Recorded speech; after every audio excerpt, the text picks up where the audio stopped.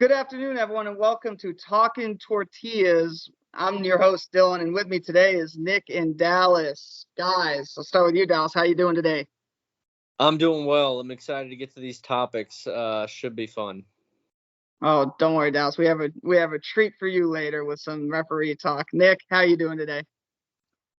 I'm good, man. I'm good. Just coming off the weekend, ready for a big Super Bowl week. So here we go.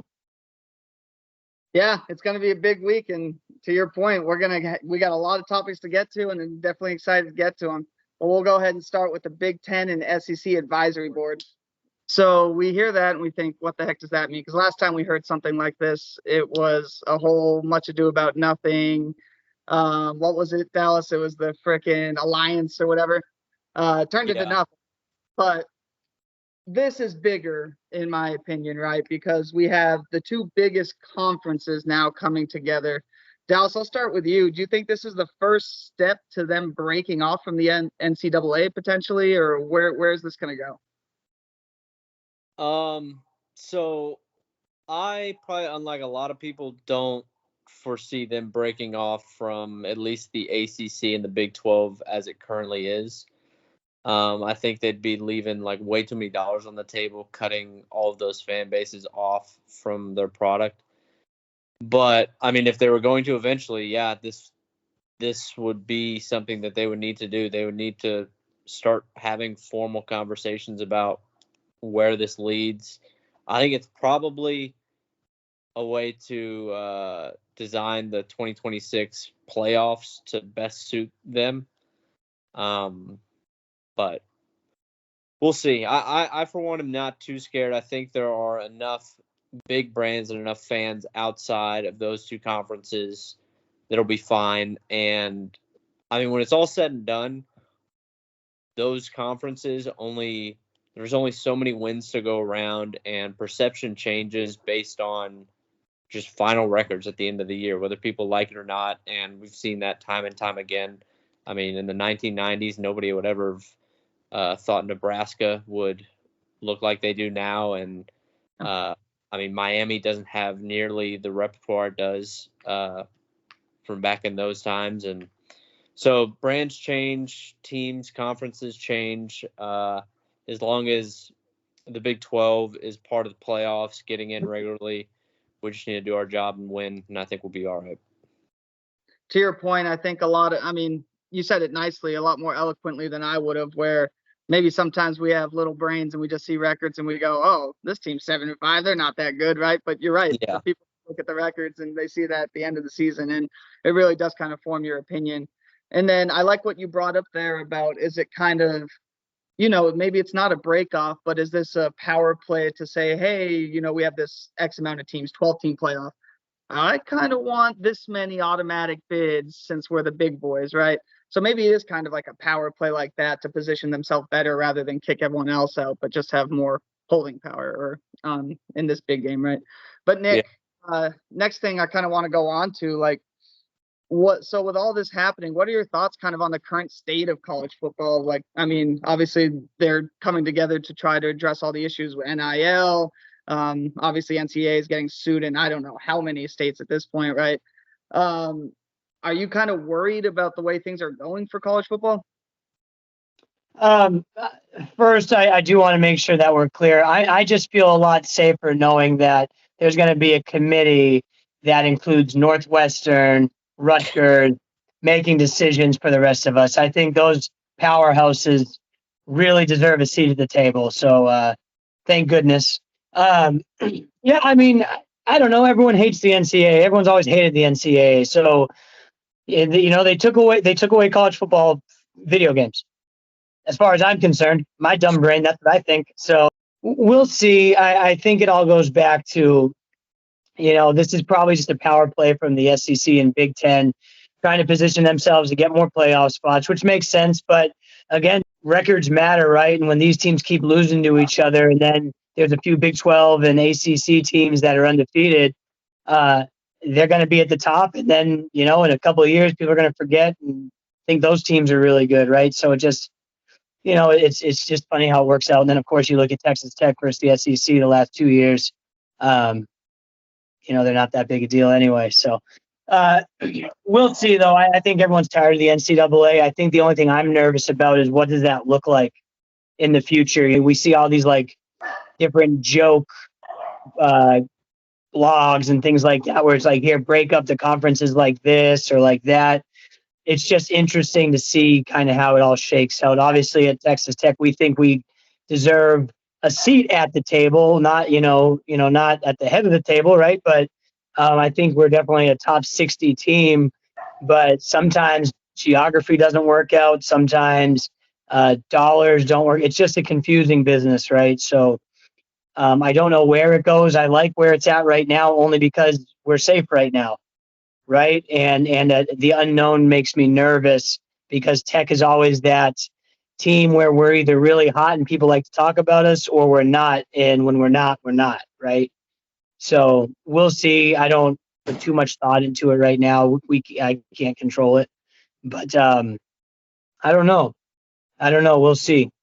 I think the most dangerous thing that maybe as a Tech fan you have to worry about, and I've seen some SEC athletic directors mention this, is if they propose a rule where players start getting compensated a % of the media deals. Yep. That'll relegate you to basically a whole nother tier. Every 5-star, every 4-star will go to those schools. Even, the lesser schools like we talked about, Northwestern, Maryland, those kind of schools that don't typically get big recruits, they will get all of them.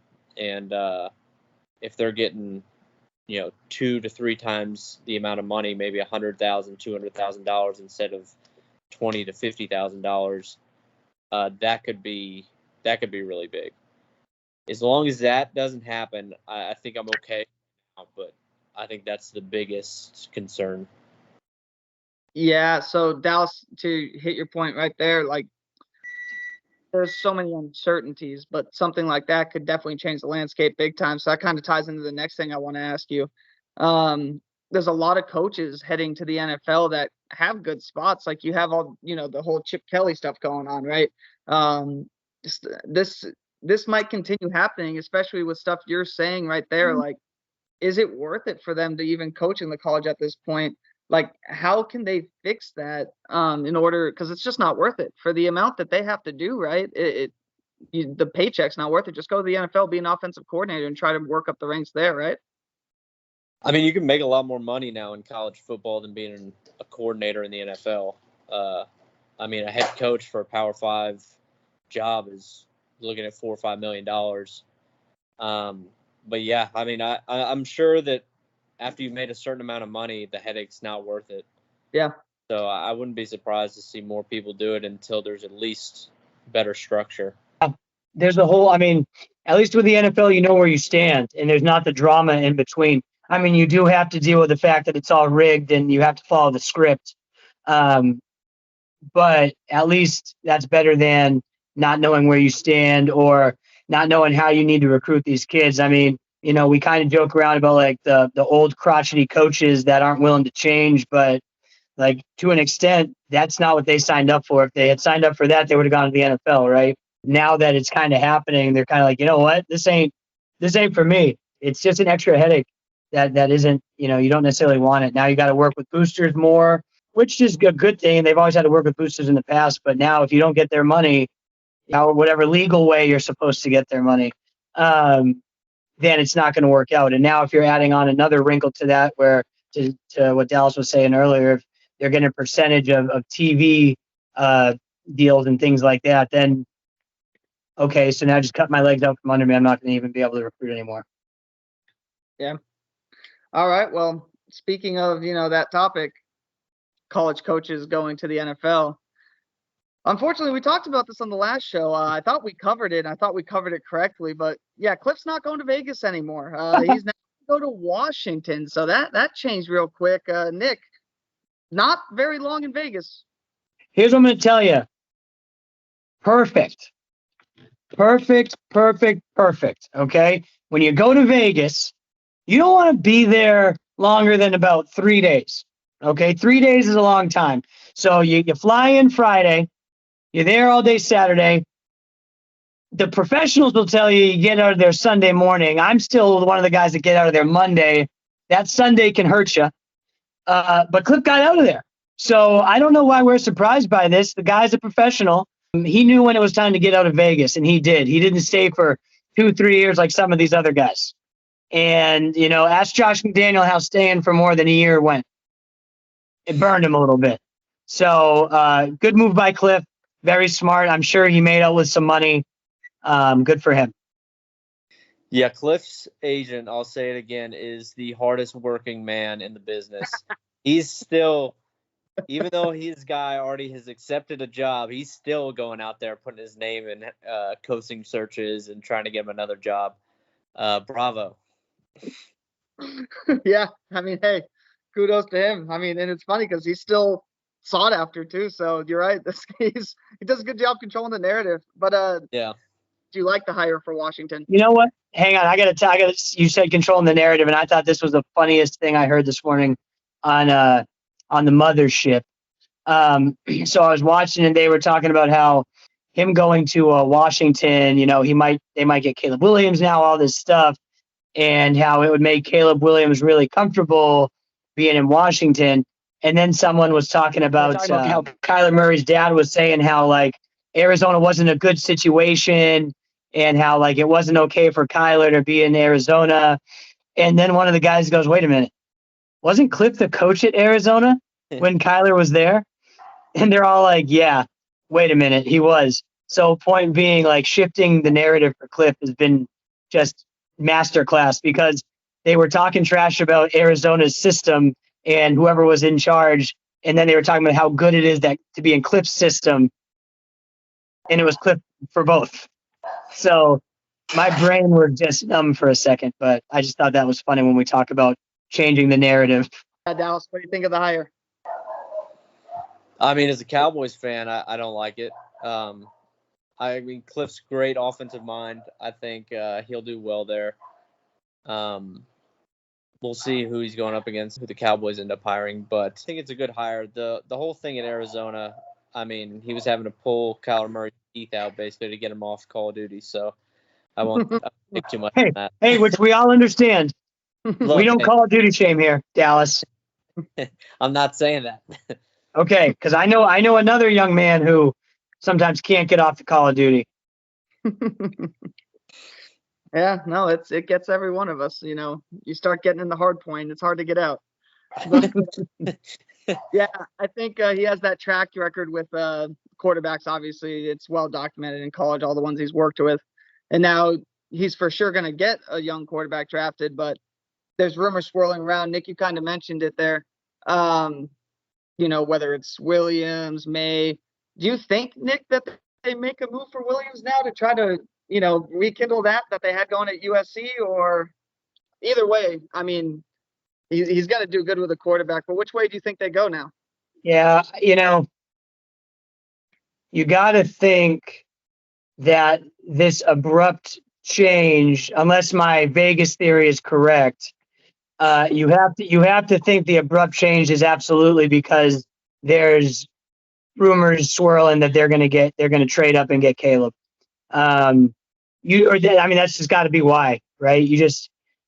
I don't see any other reason why he would have just randomly done that. And I don't think it's random. I think there's a reason behind it. So I do think they're going to get Caleb Williams. I think that Chicago will get the second pick, maybe get some third rounders out of it. Still draft a quarterback, maybe Drake, Mayday, and go from there. But you got to think that he's got a plan in Washington in place. That's too weird not to happen at this point. Because the deal was done in Vegas. I mean, he was the next OC. Yeah. So who knows? I mean, that could have broken down because Kliff saw a better opportunity, right? That's what I mean. I'm sure he got a call and was like, "Hey, we're going to get your boy." Yeah. I think you're right there. I think you kind of hit the nail on the head with the potential opportunities. Plus, if you're the Bears, you're sitting there and you're like, okay, unless you really think Caleb is something like amazing, special, like once in a lifetime, heck yeah, you trade down one pick, probably get a first out of it, like a future, and no doubt. I mean, And the Bears GM earlier in the year was talking about how this was like one of the greatest draft class of all time, and it would make sense to do something like this. So there's so many quarterbacks in this draft. Like, yeah. And with how like it's so hit or miss, even with guys that are obviously like everyone's thinking they're the number one overall draft pick, they fizzle out so often in the NFL. I don't think it's worth it. Yep. Yeah. All right, guys. We'll move on to the next topic. We're gonna get into a lot on this one, and don't worry, I'm gonna give both of you, because I know you have some opinions at the end, some time to go on a soapbox and talk about something you're both passionate about, but we'll hold off there. I'm on it. Start with it's Big 12 chaos. So there's a lot of chaos going on in this basketball season. You're starting with 5 teams. 2 of them have played more games, so there's 2 6-3 teams, but the other 3 are 5-3 at the top of the Big 12. My God, the parity in this league. I mean, I'll start with you, Nick. Like, at the end of the day, how many teams can win this conference? Like, this is ridiculous, right? It feels like there's so many teams that actually have a chance to win it. I mean, other than Oklahoma State and maybe Kansas State, yeah, I mean, anyone can win the conference. I get a little nervous that the more, like us, for instance, right? We've dropped a couple this week or last week. The more that everyone hangs around with Kansas, the more I feel like they're going to pull away at some point. Mm-hmm. So those, the teams like us, any team with that 5-3 range, we need to really pull away. I will not give any credit to Houston. They've got it. Good defense, but I'd hate to piss off all 10 of their fans. So I'm not going to do that here. They're frauds. So not too concerned about them. But I do think Kansas, the closer everyone sticks together, Kansas is going to pull away at some point if we don't put a stop to them in Lubbock in a couple of weeks, right? So, or next week. I think we can make it happen, but there's a lot of teams that can make it happen. And man, it's fun every time there's a game, Tuesdays, Saturdays, Fridays, whatever. Just put some money on the underdog, because I mean it's wild. You're gonna hit a couple times a week, and it's just fun to watch. Unless you're Texas Tech last week. Yeah, unfortunately, right? I mean, it's so much parity in this league. Anyone can beat anyone, it seems like. But Dallas, looking at all of this, man, I was looking at the road records earlier. TCU's 4-2, and that's the best mark. Everyone else is either under 500 or a couple teams barely at 500. I mean, is it just whoever is the home team? I mean, they're either going to play out of their mind and win. You even have a West Virginia can show up if, they have the right team and the right place. Like, is it just that important in the Big 12? If you're playing at home, man, you get fired up or what? Dude, well, I don't think that there's another conference in the country that has, like, there's legitimately, like, 13 atmospheres that are, like, pretty packed to this point.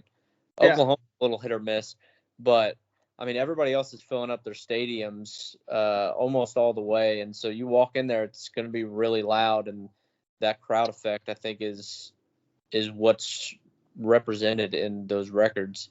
Dallas, is it fair to say that we might be filling up some of those other stadiums? Certainly some of them in Texas, yeah. Some of them in the state of Texas? Yeah, and even Oklahoma, I guess. Yeah. I've heard a few Raider power chants past few weeks, so. Yeah. Any cities you care to name? Everyone knows, They start with H and A and Look, we don't need to look. We're not here to do this, okay? And we're not here to do this, okay? So stop asking us. We're not going to bash other cities in Texas. We're not going to do it. Other major cities or capitals or metropolitan areas. Look, we love the state of Texas. We're not here to bash the capital of Texas, okay? We're also not here, to bash a school that is new to the Big 12. We want to welcome the Big 12, right? Welcome the new schools. So we're not going to do any of that. I'm glad BYU's in the conference. I do have to show you guys something I found. Oh God. This. Hey, blur that out. Hey, Oh my gosh. You trying to get Elon to take this down? What are you doing? Suspend me, baby. what is this? I mean, Sorry. This is a kid's show. It's a kid's show. Sorry. Okay. Proceed. I'm disgusted, but okay. I'll try to move on. But last topic. This is what I was talking about. I was going to let you guys get on your soapbox. I know, Dallas, I've heard you talk a lot about it, so I'll let you start. But there's been a lot of controversy in the Big 12 about refereeing. You got Oh, God. Drew kind of going off the other day about it, right, in their game. Dallas, I think I've heard a million rants from you about it. Dallas, here's your chance to go crazy. Tell me about the Big 12 refs and what you've seen this year so far. Go off, King. I think that in the offseason, Brett Yormark needs to invest $500,000 into getting LASIK eye surgery for all of the Big 12 officials because they are all legally blind, I think. It's so absurd. It's every single close game. There is something that happens that honestly, like I haven't seen. They're finding new ways to make up ridiculous rules. We've seen it in Tech games, the Iowa State Baylor game. I don't know what they were doing with the clock there. They were just making up numbers, pulling them out of a hat on how much time was left. It's been ridiculous. I know some of that is because there's been so many close games, so that's kind of stuff gets amplified in that. Mm-hmm. They're also so bad, and we're trying to be the best conference in the country, saying we are, and then we have these nationally televised games, and people tune in, and there's some huge controversial call every single time. And maybe it's Brett Yormark's way of getting people talking about the Big 12 because every single game is going viral for some ridiculous thing a Big 12 ref did. So maybe he's got some 1,000 IQ play that we're just too dumb to realize, but something's got to change from a fan's perspective. Yeah. What do you think, Nick? Well said by Dallas. It reminds me of a nice short rhyme I like to think of. Nuts and bolts, we got screwed. And what I'll tell you is this. I feel that way every game I watch. There's one thing after, and it's stupidity. And here's the thing. When it's not the refs, it's the announcers who aren't telling us what's going on. So sometimes I almost feel bad. Like, so for instance, let's think about this because there was a big controversy on last Tuesday, about the phantom 2 points, right? So I went back and I watched it. And look, I'm sure there's an explanation, but the announcers just glossed over it like it never happened. And that to me is as big of BS as the refs being horrible. Because if you're not giving us an explanation, you're just adding fuel to the fire. Which again, to your Mark point, maybe he's just like, hey guys, don't tell him anything. Just let them create these narratives in their head because we got the guys at Tech and Tortillas who are losing their minds right now. Oh my God. Yes. I'm on to him. I get it. Tom Crean and Brett Yormark devised the genius. Hey, look, it's not enough. It's not enough that the Big 12 is the best basketball league. You got to still add a little spice to it. It is annoying. Here's the thing, right? And you always feel weird blaming the refs because then everyone's gonna be like, oh, just play better. And okay, yeah, we get it, right? We shouldn't give up all these offensive rebounds. We should make free throws. All right, yeah, fine. But it's crazy how sometimes the complexion of a game can just change off of a bad call, right?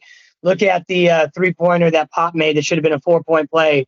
Instead, turned into a 4-point swing the other way, right? I mean, that would have put us down 1 possession or 4 points, maybe 2 possessions. Instead, now we're back down 10 or 9. I mean, you look at these things, and at some point, you got to say to yourself, like, that's completely reviewable. Why can we not just go look at this real quick? They do like the most ridiculous stuff, anyways, and instead, they won't review this stuff that like actually counts for points in the game. And like that stuff matters more than like starting the clock incorrectly when there's 8.5 minutes left, and so you add 2 seconds or something. Like what? Like it's crazy the things they will stop the clock for and review, and then these just abhorrent calls that they're making that they'll let decide the game. Yeah, it's interesting to see. And then again, like, what do you got to do? You got to mug a guy at the end of a game to get a foul call. Like, you know, it's things like obviously Tech's trying to foul, right? And again, get it. You know, Dylan said I could get on my soapbox. Tech's trying to foul, and like you just don't call it. Even the players on the other team are like, okay, we're gonna keep going. Everyone stopped. He got hit with 4 hands. Yeah, it was bizarre. And then can someone help me understand why that kid then dunked the ball with 3 seconds left? Like, it's like one of those things where he's like, I can't not score. Like that. I mean, from a purely like trying to win the game, that was one of the worst plays of all time. Well, actually, it might have been 3 seconds though if he'd held on to it and then been a turnover, and we would have had a chance to win the game. At that point, when he had held the ball, like he picked up his dribble underneath the basket, I think he had to go up or it'd be 3 seconds. But him even dribbling to the basket. But that would have been the funniest call for the ref. Make it the ultimate ref. 3 seconds, 3 in the key. 3 in the key. Yeah, I do, Dallas. I don't know if that's a call though. 3 in the key if you have the ball. Dude, that would have been awesome. It is. I think it. They should have. Yeah. Well. Yeah. I don't think so. But look it up either way. I like it. They called it earlier on Cincinnati in that game. There was a guy backing a guy down, but anyways, it doesn't matter. I was screaming at the TV there, like. So. Yeah. Well. All right. It's frustrating. I hope you got it out. You know, a little healthy. You know, sometimes get something off your chest. But hey, well. Dude, I worry about Dallas during these games. I know. I worry too. That's why I needed to give him a little outlet to get some of that out. We were talking about Big 12 refs, and it just turned into the Cincinnati Tech game. All right. We'll move on to Super Bowl week, guys. So it's Super Bowl week. We'll kind of go through a couple storylines real quick. This one obviously doesn't bring joy to all of us to talk about, but it's one of the big headlines this week. So there's some drama going around with the Mahomes family, obviously with his dad this time. I'll start off with you, Nick. Mahomes has to deal with a lot of different distractions, it seems like, man. Do you think this will kind of affect how he preps this week or anything like that, or is it just kind of put it behind him? I mean, you hope not, right? People make mistakes. I don't think anyone was hurt in the decision his dad made, so that's good. You just hope Pat's feeling okay. You hope his family's okay, and you hope his dad gets the help he needs, right? Because that's, football is a sport and it's a game and all that stuff. But like, it sucks when your family life gets put on out in the front page like that. If that ever happened to one of our, parents, right, that wouldn't feel the same way, right? So, kind of a bummer that it happens to Pat this week, but as long as his dad's okay, I think that's all he cares about. So, well, I think also this is his third DWI. 6. 6? I heard it was 6. Yeah, 6. Okay. Again, hence, he needs to get the help he needs, right? Yeah, that's pretty serious, and he's lucky he has somebody to this point. Right. Yeah. So. Yeah, it's kind of an unfortunate way to start the Super Bowl week for him and their family, especially, right? But yeah, it's unfortunate that that's kind of the story that starts it. But we'll turn it on to another topic here, guys. And this is just a question from Dylan. Surely Brock Purdy can't win a Super Bowl, right? It has to matter that he's Brock Purdy at some point. Dallas, help me out. Like, that matters, right? Dylan, I'm going to say something that might be controversial. Oh, God. I think Brock Purdy. Get the bleep button out. You think what? Brock Purdy might be good.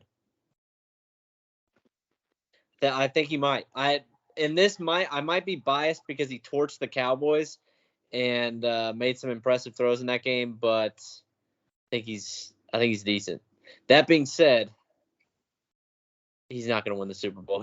He's not Patrick Mahomes. So Dylan, tag me in. Tag me in. All right, Nick. Go ahead. Brock Purdy is not good. He's great. My God. No, he's not good. He's not. No, he. I mean, again, he's okay. I would take him on my team, but he you know. But you know what? Here's the thing. I'm not going to complain about him, right? You can't complain that someone has really good talent around him. That's not his fault. Yeah. You know, if he wasn't good, he wouldn't be able to get them the ball. So I'm not going to hate on Brock Purdy, but like, again, don't tell me he's not Tom, he's not Patrick, right? Again, Trent Dilfer won a Super Bowl, so That's what I was thinking. yeah, Trent Dilfer won a Super Bowl. But Brock's better than him. Brock's a better passer than he is. I hope Brock does well, right? I mean, it's kind of a cool story, but no, he's not great. He's not going to make your team go to a Super Bowl. His team is why his team's going to the Super Bowl. If you put him, like, for instance, well, I'm not going to say the Cowboys because he might bring the Cowboys to the Super Bowl because Dak is not great. I don't think but he might be better playoffs than Dak. But like you put Brock Purdy on Minnesota or Washington, he's not going to take them to the championship game. He's going to probably do a little bit better than what they did this year. But let him enjoy his time, and you know, if it works in San Francisco and they keep winning, I mean, why not keep using him? Pay him less than what you would pay, you know, Pat, and be happy that you have a quarterback that can make it happen that doesn't cost as much. Yeah, fair enough. All right, and last thing from the Super Bowl week, guys. Taylor Swift's new album was announced, Tortured Poets Department. All right, Nick, tell me how this is going to get Kelsey motivated to help Mahomes win a Super Bowl. Another one. Can you repeat the name? Tortured Poets Department. She's at it again. What a name. And how is that going to help Travis? Mahomes win another Super Bowl. Well, that's an easy answer. So that's going to help Travis because he knows that if he wins the Super Bowl, it's basically like when Thanos collected all the rocks, whatever they're called. The stones, the Infinity Stones. Infinity Stones, yeah, yeah, the rocks, yeah. If Taylor Swift is able to have a Super Bowl, she's done it all. And we know if Travis wins, he's giving her the Super Bowl. So, the what? Go ahead. Is the Super Bowl ring the engagement ring? That's what might happen. So that'd be a big time Travis Kelce move. Here's what I'm going to tell you, man. I mean, she's the best country musician I've ever heard. and I just hope she wins the CMA next year with this album. You hear that?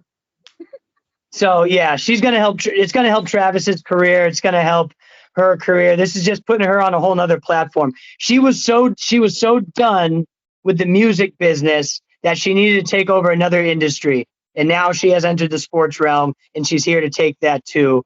And, you know, all I know is we were both young when I first saw her, and man, she's only transcended everything since then. So, wow.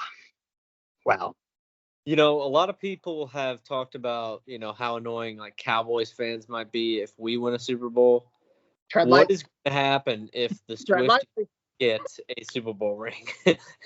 Well, what happened to our Twitter feeds? Because it's their Super Bowl. Oh, I know. So, look, here's the thing, guys. We need to make sure we're agile. We need to be agile, and we need to ride that wave, okay? Should we switch to Tech Taylor? Tech and Taylor and Tortillas? Yeah, and Tortillas. Yeah, just keep in Travis. And Travis? Travis and Tech and Tortilla and Taylor? Yeah. We might have to. Now's our opportunity to do that if we want to switch our brand. So all joking aside, guys, I do believe that we probably should start another different podcast called Taylor and Tortillas where we just talk about Taylor Swift. And various baked items like tortillas. No, not Yeah. very. Just tortillas. Just tortillas. Is Taylor more of a corn or flour tortilla? That's a good question. I don't know. I think if she's feeling spicy on the weekend, maybe flour, but I think her everyday tortilla is probably corn. Maybe a mix-a-lot. The mix, yep. Yeah. Well, we'll move on to the last topic before someone says something that gets. I wasn't done yet. No. I thought we navigated those waters pretty well, Dylan. I hope so. I don't want it to go down. We're gonna stay floating. The last one, guys. So something that we don't talk about a lot, obviously, and I've always been a big footy guy, but I know it's not the most popular thing. I think he means soccer. Okay. The final is going to be at MetLife. It was announced, MetLife Stadium. I kind of want to get your thoughts on that. I'll start with you, Nick. Would that have been your choice? Do you think that's a good choice for the final?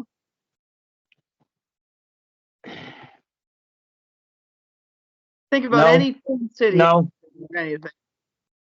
No. Here's what I think. No. I know they wanted it to be in LA or New York, and I get it. But I think if you're trying to sell out a soccer stadium, but they'll sell it out anyway. Yeah, fine. I would have rather maybe have been in LA, a little more sexy. Mm-hmm. But I don't think it matters. Texas would have truly, and I mean this, Texas would have been the best place to have the soccer World Cup. We just have the soccer fans here. We soccer's a real sport here, especially for us, right? San Antonio would have been nice to have it here. Obviously, I know it would never have been here, but I know they took it away from Dallas, right? That was the talk was going to be in Dallas. Sorry, Jerry, but I think LA over MetLife. The Jets play there. Are they replacing the field, or are they going to use that same turf? Oh God! Because I haven't heard anything about it. I haven't looked into it yet, but yeah, I'd be interested in what the over/under is on blown ligaments for. They've got. Well, here's the real question: over/under on how many fake blown ligaments? Oh. Until the card's shown. Yeah, I mean, I was kind of thinking the same. I would have liked to have done one of these new, beautiful stadiums. You said LA would have been good. Vegas could have been fun. I don't know, going there. But yeah, I get the point. I mean, we all know why it was there, but I don't know. Jerry World would have been cool, but whatever. Last thing, is this going to help grow the game, Dallas?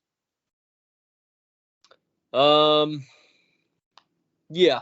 I mean, the last big market is the United States. I'm sure there will be a certain percentage of people that will watch it because it's here. Yeah.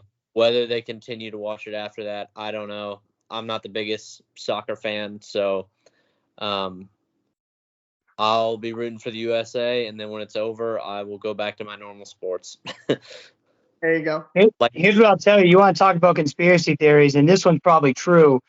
If FIFA knows what's best for them, they will rig it to make sure USA wins so they can start getting some money into our market. Yeah. Or taking money from our market. So you heard it here first. Put your future on USA Soccer. Will we be in the group of death, or that's the term they use, right? Let's talk group of death already. I love it. We are the group of death. Hey, we'll have a good squad by then. Maybe they'll get Big 12 officials to officiate to help out the U.S. team. All right. We've had enough of this, guys. I need to stop this before that's off the top. Yeah, thank you, guys. That's all the topics we have today. Again, this was Talking Tortillas with Dallas, Nick. Thank you guys for going off on all these topics. Hopefully no Big 12 refs or Swifties were hurt or offended in this show. Time out. Hang on. I wasn't joking. We're both hurt and offended. Okay. Yeah, first off, I hope the big refs are watching, and I hope they're offended. Secondly, the Swifties, I'm not joking. I'm team them. Take over. You heard it here first. And watch our podcast, Taylor and Tortillas. Wait, Yeah. if we say Taylor Swift enough, will the algorithm catch it and shoot it to all the Swifties? Should Taylor we all? Swift, Taylor Swift, Taylor Swift, Taylor Swift, Taylor Swift, Taylor Swift. Okay, Taylor Swift, Taylor Swift, Taylor Swift. Like and subscribe. Taylor Swift. Tech and Tortillas, Tech letter N Tortillas across all socials. Thank you all Taylor for listening. Swift. Have a great night, especially you, Taylor Swift. Guns Okay. up, everyone. Guns up. Wreck 'em, Taylor Swift.